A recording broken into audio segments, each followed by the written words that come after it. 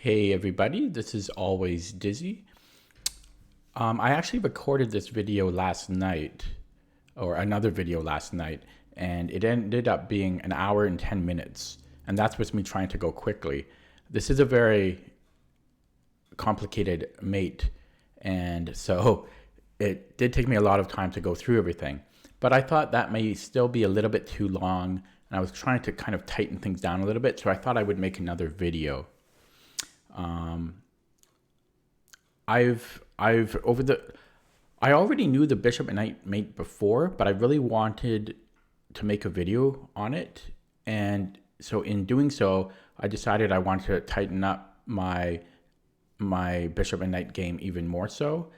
And so for the past 3 or 4 days, I spent my evenings really trying to master it as much as I can. And I do feel very confident in this endgame now. In fact, I actually played against Stockfish on the highest level earlier this morning, and I set a new personal best, completing the mate in 41 seconds. And I actually have a video of this, which I'll link either in the description or maybe I can create some button here on YouTube. I'm not sure. But yeah, I have the video of that if you want to check it out. And the way I did it is with the exact same techniques that I'm going to show you in this video. So before I continue, I created this little slideshow of some things I wanted to talk about briefly before we begin. Okay. So next slide. So first of all, why learn it? The bishop and knight endgame, after all, is one of the hardest endgames to know, to learn. Some may say it's the hardest, but I think maybe the queen versus rook may be harder with perfect defense. And there's other endgames which are also very difficult. I'm thinking of rook and bishop versus rook, I believe. I think that's very difficult as well. So there are a lot of difficult ones, but bishop and knight is certainly one of the infamous ones that is known to be very, very difficult. It is very rare. Wikipedia says that it occurs in approximately once in every 6,000 games. Personally, I think I've ran into it maybe 2 or 3 times, and I think it might be slightly more common than once every 6,000 games because some players will actually purposely try to get you into a bishop and knight endgame. Like, for example, they may sacrifice some material or trade down material so that they can get into this endgame because they may think that it's a draw, or they may think that it's insanely difficult and that you won't be able to do it. So it is very rare, but it does occur. So I have this video here, and this endgame actually happens in some Grandmaster games. This one I have queued up on video here. We're not gonna watch the whole thing, just a few seconds. This is after already, I'm not sure, maybe half an hour of play. You can see that, oh, sorry, this is by, let me back it up a little bit too. So this is actually the former women's world champion. So the former women's world chess champion, Anna Ushanina, playing in the women's Grand Prix, and she didn't know the bishop and knight endgame. She was not able to do it under 50 moves, and it ended up being a draw. So she should have won this game because the bishop and knight endgame is a forced win. It's a forced win if you know how to do it, but she wasn't able to do it. Her opponent calls the arbiter because it's past 50 moves, so it ends up being a draw. So it's very, very embarrassing because this is not like it's not even like a class A or class B player. This is the women's world champion, and she couldn't do it. So don't let this be you. We're going to teach you how to do this bishop and knight game, endgame. Why learn it? Believe it or not, it actually helps you understand the relationship between the king, bishop, and knight. And not even just a relationship, but just simply how the pieces move. It sounds ridiculous because, like, yeah, you already know how to play chess, but the more I study this endgame, the more you really notice some nuances in how the pieces move, especially the knight.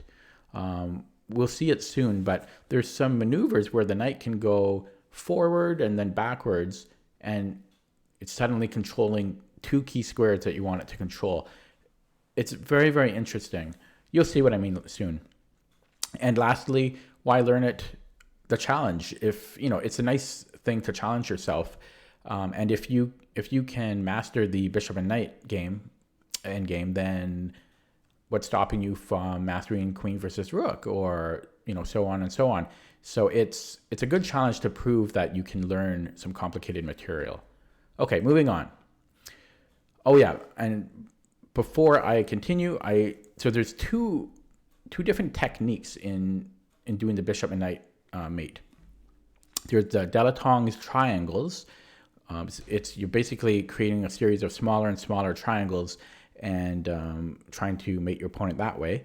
And then there's the W method. Now, my preference is the W method, and that's what I'm teaching in this video. So if you're looking to learn the triangle method, I'm sorry, but I'm not teaching that. You can look at another video for that. So they're two completely different techniques. I believe the W method is actually slightly faster, but I can't confirm that, but I think I read that on Wikipedia. Okay, some more notes. A checkmate can be forced in at most 33 moves from any starting position. So even with perfect play, you're going to be able to mate. You're going to be able to deliver checkmate under 50 moves. So that's good to know. So if you're in the bishop and knight endgame, you can totally win. It's not like it's going to sometimes be a draw. It's not a theoretical draw. It's a forced win. And then in my research in learning this mate, I used different material sources, resources. But the two that I found the most helpful were the YouTube videos. First one by Grandmaster Varujan Akobian from the St. Louis Chess Club. He does a really good overview.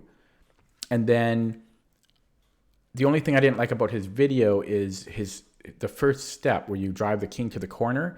He made it sound way too easy, but in all my studying, I've actually thought that is the most difficult step, and it requires a lot of special care. And Grandmaster Simon Williams, Ginger GM, was the only person that I saw to actually agree with me and give the first step a lot of diligence, because it's very tricky. So anyways, I'll link those videos in my video as well if you want to check them out. Okay, and then before we begin, these are my 5 steps, the way I break down this endgame. So step one, we're going to drive the king into the corner. The side will do, and that's something that other tutorials don't seem to mention, and I had to learn this myself, because it can be almost impossible to drive the enemy king to the corner. Sometimes, like they may go to the side, but so your preference is to put them in the corner. But if you get to the side, that'll do, and then you will push them to the corner. So it's a temporary measure. Get them to the side and then push to the corner. And then you want to get into the W maneuver position. And once you're in the W maneuver position, from step 2 to step 5, it's going to take approximately 18 moves. That means, so for step 1, when you put the king in the corner, you need to do that at about 32 moves. And that's cutting it really close. So normally you can do this in around 15-ish moves. So you have time. And you also have time to make maybe 1 or 2 mistakes in this endgame. It really depends how bad the mistake is and at what point you make the mistake. But you don't have to do it perfect. There's a little bit of room for error, which is nice. So then you're going to initiate the W maneuver. Then we have what I deem as a temporary king escape and electric fence, just some terminology that I kind of created. And then step 5, continue the W maneuver and mate. Okay, enough boring stuff, right? Let's get to it. Okay, so I'm going to change the screen here. So I am just in a lead chess study, and I just created a study, and I set it up like this because I kind of gave black, I gave black one of the most optimal setups for defending. So I put the knight in the corner, the bishop on the back rank, king on the back rank, made it really difficult for us to mate him. So the first thing, so step number one, just let me get my notes here. So step number one, again, what you want to do is you actually want to take a look at your bishop, okay? And this is crucial, like this is mandatory. You need to look at your bishop and see what color it is. So this is the light squared bishop. That means that we can only deliver checkmate in the light corners. So either this corner up here, this corner down here, doesn't matter which, but we can only deliver mate there. The reason being, we need to control this square with the bishop. And so we can only control the squares that our bishop covers. So if we had a dark squared bishop, let's say in this position, now we can only deliver a mate in this corner or this corner. Okay? So getting back to the first position here. So the first step is we want to drive the king to the corner. Any corner. It doesn't matter. The reason I say that is in a perfect world, our opponent will just go straight to the corner we want him to go to. Let's just say up here. So he'll just go straight there. That's a perfect scenario. But if the opponent knows how to defend, he's actually going to go to the opposite corner, make your life, give your life as much trouble as you can. So that's why I say any corner, because if you go to the right corner first, fantastic. But if not, it's okay, because we're going to then use the W method to drive him into the corner we want him to go to. Okay? So this is step one. And as I said before, if you end up getting to a side, like let's say we drive him to the side first, it's not like we would prefer him to go to the corner first, but if he goes to the side, it's okay, because we can then drive him to the corner. Okay? So this is where I spend a lot of the time in this tutorial, because as I said before, a lot of videos and tutorials on how to do this mate, they really skim past this part, and they make it sound so easy. They make it sound like, for example, that it's going to be so simple. You just, move the pieces back and blah blah blah blah, and whoops, and you've got them in the corner. And by the way, when I say corner, I basically mean like any of these four squares is fine. Even in some cases, here or here is okay, but you want them in this vicinity in general. So kind of around here. Sometimes these squares are okay as well. But generally one of these four squares is considered the corner. So, or it could be this corner or this corner and so on. So it doesn't have to be the actual corner. So a lot of these tutorials just skim past this part, but it's actually really difficult to drive the king back into the corner. Now, there's not a specific exact technique to do this. Like I can't say, okay, move the bishop here, then move the knight here, then the king here. Move the bishop here, move the knight here, there's no specific thing like that. The only way to do this, and there's a few little tricks, but the only way to do this is you have to visually, in your mind, you have to visualize what squares you're controlling, right? And not controlling this, but what squares you're controlling, and then slowly constrict your opponent where you want him to go. So first of all, the best way to do this is you generally want your king to be in opposition to the opponent's king, because your king is always controlling the three squares in front of it, and that helps to kind of push the king up or to the side or wherever, and it acts as a good wall. So the first thing is to kind of activate your king, and assuming that I'm going to give black really good defensive moves here, keeping him in the center. Center is the best way to defend, because we want him to get to the corner. But yeah, so we're going to take opposition, and if he sticks around, I've found that if we keep our bishop close to the king, it helps to create additional barriers. So for example, if we go bishop e2, we're now controlling these squares, and we're kind of pushing the king up again. If he goes here, there is a cool little tip. when the kings are in opposition, like they are now, if you put the bishop in between, so the in between the two kings, you actually force the king backwards because we are actually controlling all of these squares. It's kind of a neat little trick that you should find useful, because now he's got to move back up again. So he's going right where we want him, to the corner. If he goes straight up, we're just going to, again, improve our king. If he decides to go in front of the king again, we can move the bishop up. Again, we're controlling these squares. He's going to have to move up again, and so on. So let's make some different moves now. Let's say he goes here instead. Well, again, I'm just going to follow with my king. I want my king as close to his as possible in most cases, because the king is just really good at creating an instant wall.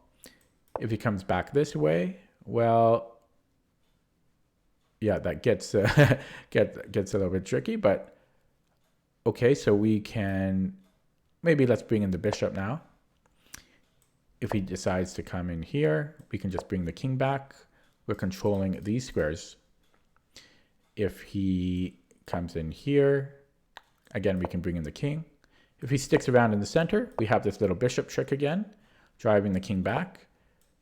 So you can kind of get this idea. Here, I would probably bring in the knight. We don't want the knight too far back. We always want it fairly within grabbing distance. You know, if he decides to go back here, we can do this little bishop maneuver again, drive the king back. And we have him, if he goes here, great, because we have him kind of where we want him. But if he decides to make things a little bit more difficult for us, well, again, in your mind, just kind of visualize what squares you're controlling. And this can be difficult because it looks like he's going to have an escape path. But so what I'm doing now is I'm looking, how can I control this square? And this is where you have to be a little bit creative. Because the first step, there's no exact technique. But the way I'm looking at this is, how do we control this square? Well, the quickest way to do it is with the knight. So if we had our knight here, we could do it. So how do we get there? Well, the knight would need to go here. So will we be able to do that in time? 2 moves. I think we can, because if he goes here, here, and then we bring it up here, now we're controlling all of these squares. And we can see that we kind of reigning in the king. So you just have to do this in your mind, and it takes a lot of practice. And so if the king still doesn't want to go on the back rank, so if he sticks around, well, again, just visualize in your mind what you're controlling these squares. How do we control this one? So the way I do it is it's kind of like a backwards knight move. I'm looking because we want to control this, so we actually want to go to this square on F5. So the way I might consider this is knight to D6, and then to go to this square. So for example, just like this. And if he tries to escape, we've got this, we've got this move here. I'm not sure if I circled the right squares there, but we're plugging this hole again. And not sure if that actually helped us, because we might actually be, I'm not sure if this is the same position we had before. It might actually be the same position.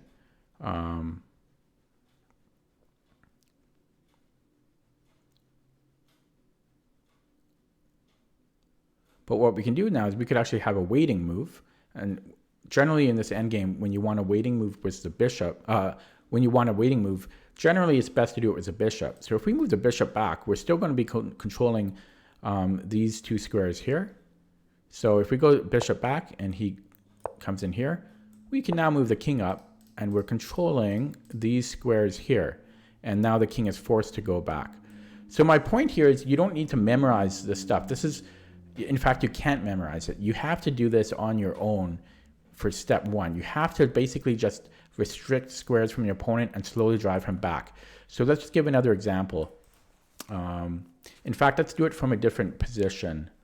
Let's do it up. Let's stay in the same position for now. But let's just look at this again. Drive him to the corner or the side. If he comes here, let's just move the king again. Maybe he comes this way. We can bring in the bishop. Maybe he goes here this time. Again, we're going to move the king up. If he sticks around in the center, we could bring in the knight. Get the king a bit closer again. If he sticks around. And I can't show every case scenario because this video would be 40 hours long. But okay, let's say he goes over here instead. This is going to be the last example before I continue. So you just look at what squares you're controlling. And so there's a number of different moves you could play here. Kind of make your choice. I think I might bring in the knight again. Doesn't matter that we're giving check, but if he goes back to the center, we're controlling these squares here. We could move the king up. If he sticks around in the center, we could move the bishop here. And if he decides to maybe slip backwards, which can sometimes be annoying, we can bring in the king. Just constantly look what squares you're controlling. Just constantly look at that. So if he comes in here, which is annoying, yeah, so we might need to pause a little bit here and come up with a different game plan, because his king is kind of certainly being a bit annoying now. This may be a good time to kind of have a waiting move with the bishop, although he might slip in here, but I don't think we don't have a whole lot of choice there. So if he does slip here, just be patient, don't panic. But he is playing a bit of ring around the rosy, so we might need to bring in the king a little bit. So let's do a backwards knight move. So we're kind of controlling some of the dark squares here. And we are playing a lot of ring around the rosy, but we have time to make some mistakes. We're now controlling these squares, so we are driving him back.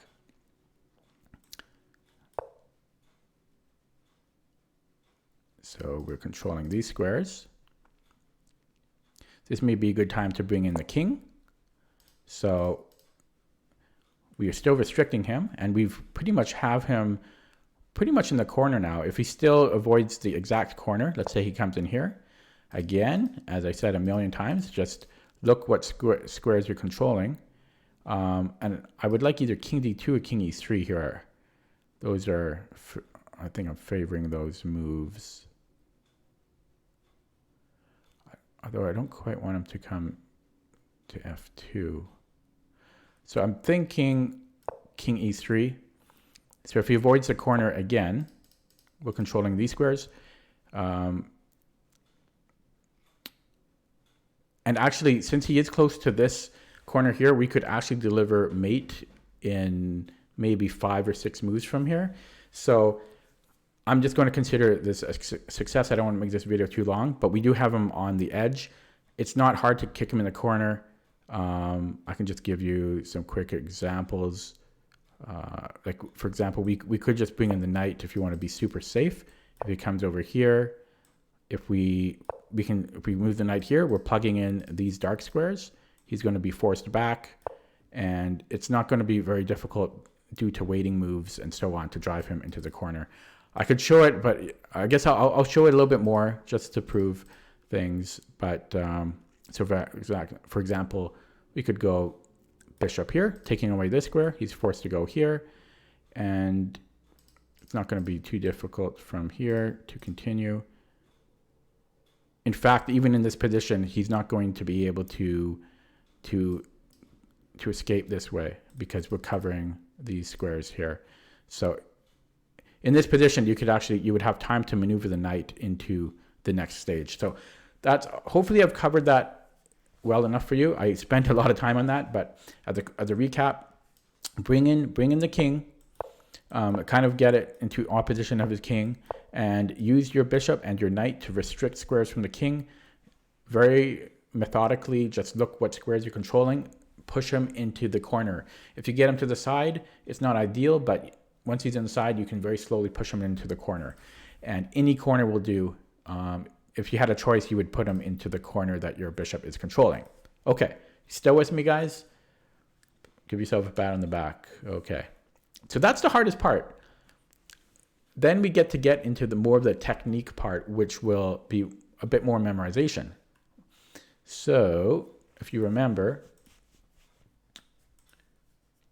so we did step 1. And again, you have around 30-ish moves to get him into the corner. And that's a lot of time. So step 2 is get into the W maneuver position. So let me get back to the screen here. Okay, so if we getting him into the corner, let's just put him straight there. I remember I said it doesn't quite matter which of these squares he gets to, but what's important is that you want your king on this square. So if this is a corner, you want the king 2 squares diagonal to it. So if his king was here, you want your king here. If his king is here, you want your king here and here and here. Excuse me. Nowhere else. It has to be here, okay? Very important. And then you want your knight in front of your king. So if your king is here, you want your knight here. If your king is here, you want your knight here. If your king is here, you want your knight here, and so on. Well, it also depends. So I guess I should say it depends where you're mating. So if his king, if you want to mate this way, then you want your knight here. If you want to mate this way, then you want your knight here. Okay? So actually, if your knight was here, you need to mate down this way. And if your knight is here, you need to mate this way. But what's important is you want your knight here. And once you get into that position, you're pretty much guaranteed it's going to be fairly smooth sailing from there. That is like the lock-in position. Once I have that position, I've locked in the mate, basically. And it's going to be mate in around 18 moves from that position. So that's your dream position. That's what you want. That's going to be the starting position of the W maneuver. So our knight is actually very far back now, so I'm not even sure if we're going to be able to hold him in that corner, although I think we will be able to. So let's just say he comes in here. Yeah, he's not going to escape because he can't escape. Our king is too annoying. Our bishop can easily stop him from escaping. So we certainly have time to get our knight where we need to get it. That's partly why it's so important to have your king here. So again, we want our knight here. So we could root it out, but I'm not sure what the fastest way to do it is. That seemed like a good route. So we could go here. So let's just try that. We're going to go here. If he, actually, sorry, he can escape, right? What am I talking about? But only if we let him. So let's say he comes in here. We can just restrict him. He goes back. And what was my route? I was going to do it this way. Yeah, or this way. So I'll come in here. Let's say he goes this way. No problem. Oh, actually, is that a problem? Yeah, he can actually escape if we do it that way. So before we go here, we're just going to do a waiting move with the bishop so that his king can't escape. Put him back in the corner, and then we've got our knight there. So you basically just want to put the knight here. It's not too hard, as you saw, to restrict squares. You can really keep him in there. It's not hard. So once you're in this position, this is called the start of the W maneuver. And that brings us to step 3. So step 3, initiate the W maneuver. So what the hell is this W maneuver? Why is it called the W maneuver? Simply put, you're going to move your knight in the shape of a W. So from this position, you are going to make, not in order, but through a series of moves, you're going to eventually make this pattern with your knight. Let me get a drink of water here. You're going to make this pattern with the knight. And it looks like a W. See? W.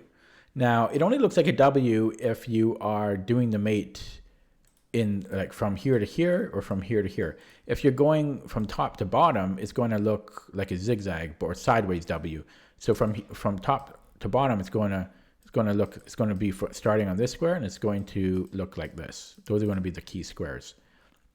If you're doing it upside down, it's going to be like this. That's if you're going this direction. And if you go in this direction, it's going to look like this, right? This is going to be your starting square.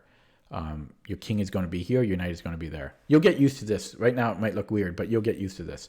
And if you're going from bottom to top, this is going to be your W sequence like this. And again, if you, did I already cover this? I think I did, but yeah, okay. So we're going to do this, but it's not going to be just like in order. It's going to be through a series of moves, but you just keep that in mind. Keep that W sequence in mind. So whose turn is it? It is our opponent's move. Okay, so if he comes in here, what we want to do is, and the point we have the knight, the reason we have the knight here is because we want to control this corner square with the knight and not the bishop. Then we're going to squeeze him into the, sorry, actually we're in the right corner. I'm very sorry about that. I did not, I wasn't paying attention. So actually we could deliver mate pretty quickly from this position. It's the right square of our bishop. I'm sure you guys noticed that. We're screaming at the screen. So let's go in the, let's go in this corner then. So let's just give black some help and let him get to this corner. Yeah. Give black the better defense. Put him in the wrong corner first. So if he went this way, great, because then we can deliver mate in a few moves. But okay, so we're going to do it from this corner. Just do some. Okay, so same idea. You want the knight in front of the king. So this is the start of the position. And we're going to go this direction. So it's his move. If he come, whoops, our bishop is covering that. Sorry, he can only go here. And so the first start of it is, and again, if you ever need to get out of zugzwang, you just do a waiting move with the bishop. But the starting part of this is we want to control this square because we want to move this king this way. We're controlling these squares right now, and we want to move the king here. So how can we control this square? Well, we're just going to plug that hole with the bishop. So we're controlling these squares here, and he's forced to move. And then this will be when you make the first move of the W maneuver. Again, this is going to be your pathway. Looks like a W. So you're going to move here, the first move of the W maneuver. And we're controlling this square that's a little bit farther away. Now, first I'm going to show you the bad way for black to defend, and then I'll show you the really good way for him to defend. So if black defends by just going back here, we're going to move to the second position of the W maneuver, and that forces him to move forward because you can see here we're controlling all of these squares, and we're giving check. So he's got to move, and we're going to just follow with the king. His king only has one legal move, and again we're just going to follow with the king. If he goes backwards, we just give a check, and we're controlling all of these squares. He only has one legal move. Let's say he goes forwards instead. If he goes forwards, I think we continue with the W maneuver again, and it's the same idea. If he goes here again, we can. Oh wait, if he goes here first, we plug this hole so he doesn't escape, and then he can only have one legal move. It's the same idea. You know, if he goes forwards, well, first of all, if he goes backwards, again we just give a check. Oh, sorry, not here. If he goes backwards, we're going to do a waiting move again. Oh, sorry. So no, hang on. Let me slow down here. I'm getting ahead of myself.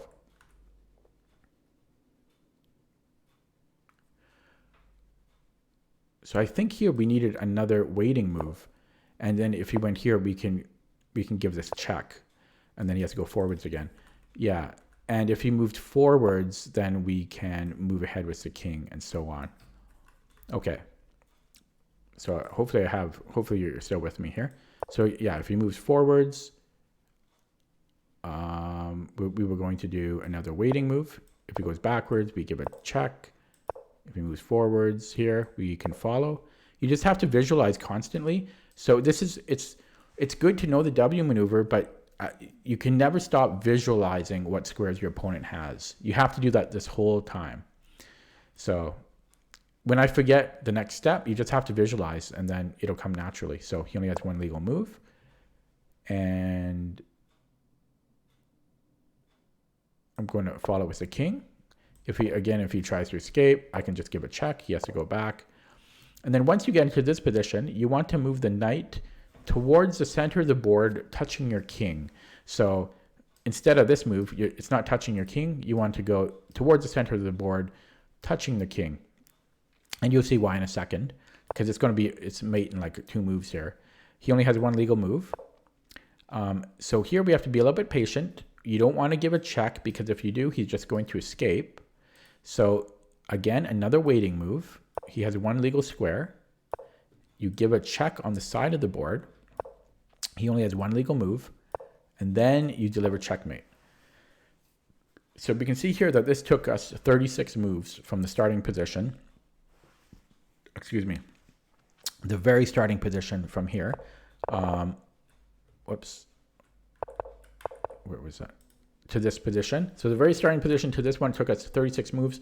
Plenty of time to spare. That's why you can afford to make 1 to 2 mistakes, depending on where the mistakes are. But I wouldn't recommend it. I would recommend not making mistakes. But there's plenty of time to do this under 50 moves. So actually, I kind of skipped a couple steps there. So yeah, I didn't do step 4. I'm going to show you that now, because what I showed you was if black doesn't defend perfectly. So let's just get to the beginning of the W maneuver again. Hey, this video is doing better. It's only 36 minutes so far. The last one was 1 hour and 10 minutes. So, okay, so this was the starting position of the W maneuver. And I just showed you if black doesn't defend well, how to do it. So again, I'll just show you if black does not defend well, like if he goes backwards,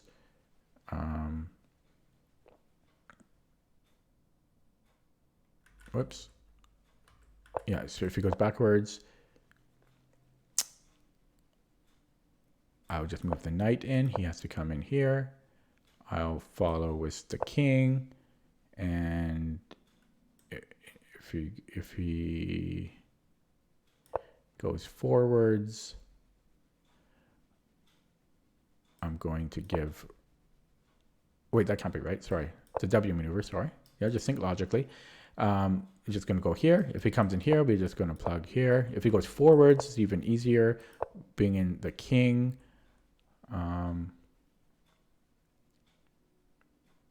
Yeah, you can just bring in the king. And if he comes in here, we can give if he comes in here, we're going to force him back to this square, and we can bring in the king again. If he goes back, we can give a check, force him back here. We go to the kind of the center. Then we do a waiting move. He goes here, check, and checkmate. Okay, so that's if black doesn't defend perfectly. But if he defends perfectly, this is when we're going to need the electric fence, because I call this the temporary king escape. Okay, so he'll start off the same way. We're going to start the W maneuver again, just to recap. And yeah, W. So the perfect defense is if he actually goes towards the center to start, and we have to follow as the king. You can't leave the king too far away.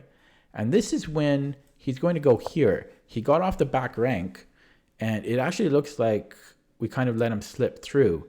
And this is actually a really tricky. If you don't know this endgame and this theory, this is really, really hard to defend like over the board. This is extremely difficult. So it's really good to know this. This is probably the second hardest part of this mate, but it's a really cool way on how we're going to deal with it. And it's not that difficult if you know how to do it. So it looks like his king is going to escape, without, like, he's just going to escape. And you might get pissed off here. It's like, oh my God, I did so much work and now he's going to escape. But actually we've got him. Everything is under control. So how do you stop him from escaping? It seems almost impossible, right? Like if we go bishop here, he can just, he's going to be escaping. What if we go farther? Well, he's still going to escape. How would we do it? If we move the king here, he's still escaping. So it's a really strange thing, but actually the only move here is to go knight d7. So what knight d7 does is we're controlling these dark squares. Very, very, very important because it's the opposite colored square of our bishop. And okay, it looks like he's still going to escape. It's like, oh no.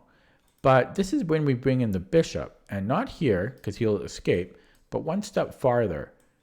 And then it's kind of amazing because we actually are controlling all of these squares. And we can push him back into the corner. It's really amazing. This is one of the amazing things of the bishop and the knight, the way they work together. Look at all of those important squares we're covering now. And we managed to stop him from escaping. So if he goes back, then we simply move the bishop back into kind of... So I call this the electric fence, because this is like kind of... I look at the enemy king as a prisoner, and he's trying to escape. So I call it the temporary king escape. This is the electric fence. So if he goes back, we're just going to shrink the electric fence, and then he's going to he can only go to one of these squares. So he'll go back here, and then we're going to continue with the W maneuver and be happy. There are other ways, though, that black can defend to make our lives even more difficult. So instead of going straight back, if he actually goes here, I believe, so we're controlling these squares. I believe in this case, we actually need to bring in our king so that we're controlling these squares. And then we're going to get him back. He's going to go back to the edge of the back rank again, into the corner we want. So, if he comes in here, we can continue with the W maneuver. Just think logically again. I don't think we want to move the king because he's going to escape this way. He's going to escape that way. So I think we may want a waiting move. So controlling this square, put the king back, and force him to go here, his only legal move. And we just continue with the W maneuver again. So again, the W maneuver was like this. Helps you understand where to go. If he comes in here, we already know the drill. We give a check. He's got to go back. If he goes forwards, you just follow with the king. And if he actually goes this way, which I didn't show, I don't think it's a big deal. We can just plug that with the bishop. Just always look what squares you're controlling. If he stays out of the corner,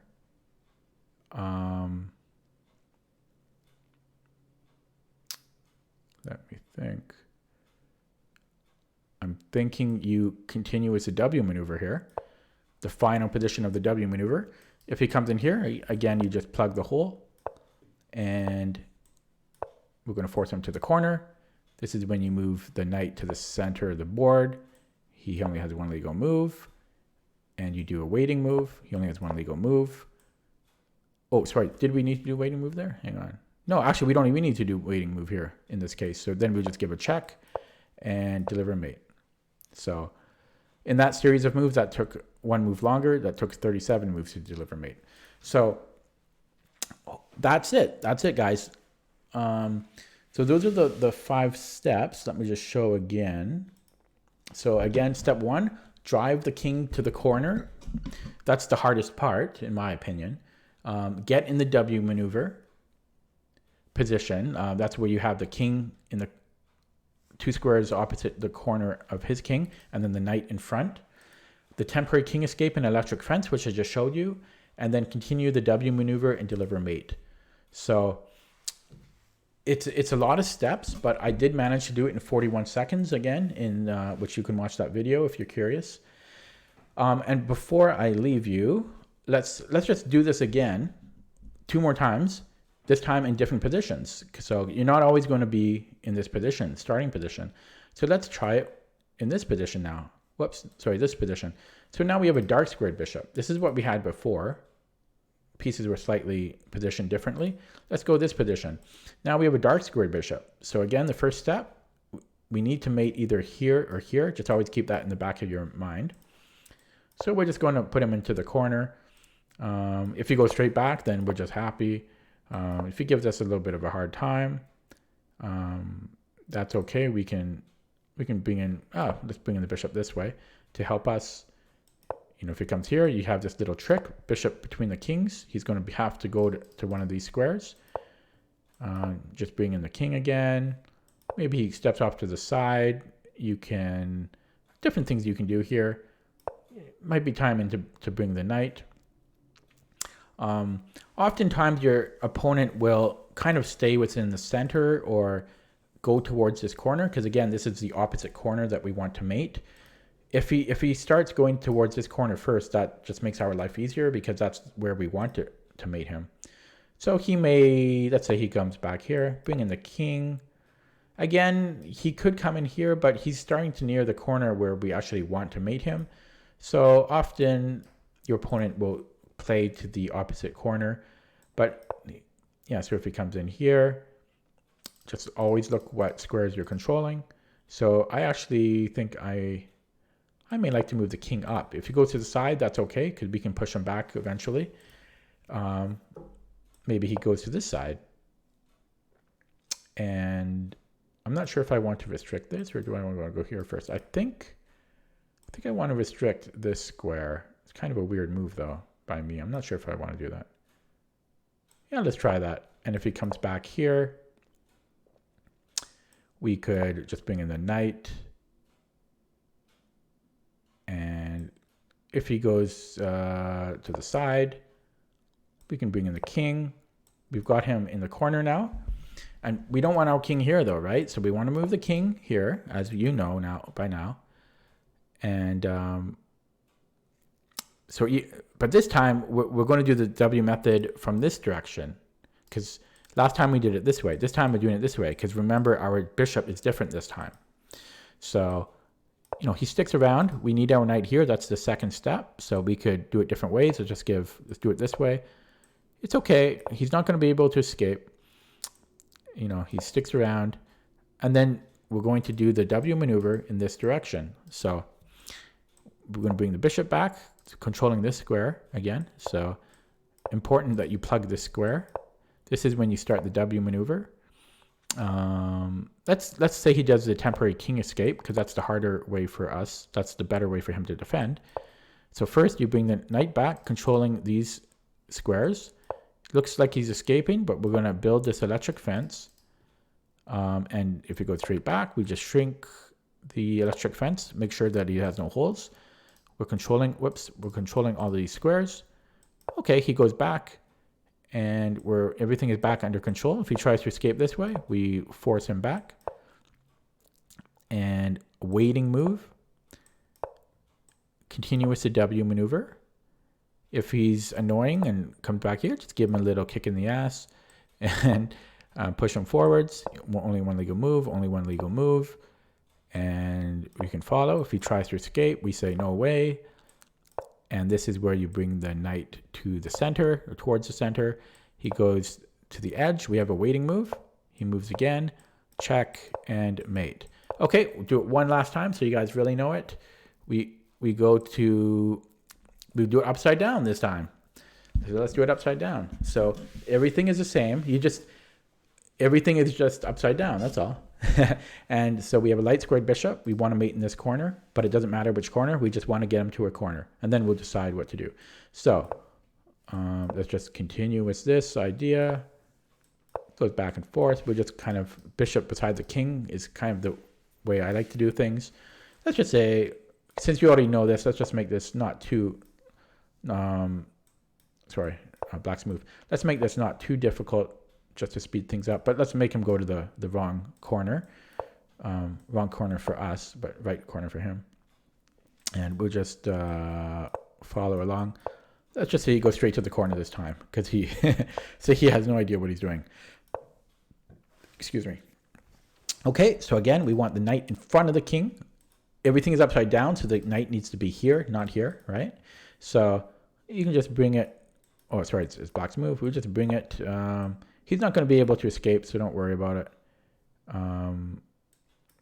If you are worried about it, you can just plug it here. Plug the escape route, and he's going to have to go back. Gives you more time.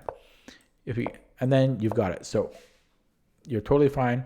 So we're going to do this W method upside down. So it's now the M method. Just remember, everything's upside down. So You just do everything you did before. Oops, sorry, it's his move. We're going to plug this hole back here. And he has to come here. We're going to plug this. And everything is the same. So if he does temporary king escape, we're controlling these two squares. And we are creating this fence. And if he comes back down, we are going to shrink that fence. Whoops. So we're controlling this. He comes back. We continue with work as usual. Here he comes. Like this. I think we want a waiting move here. And continue with the W method. And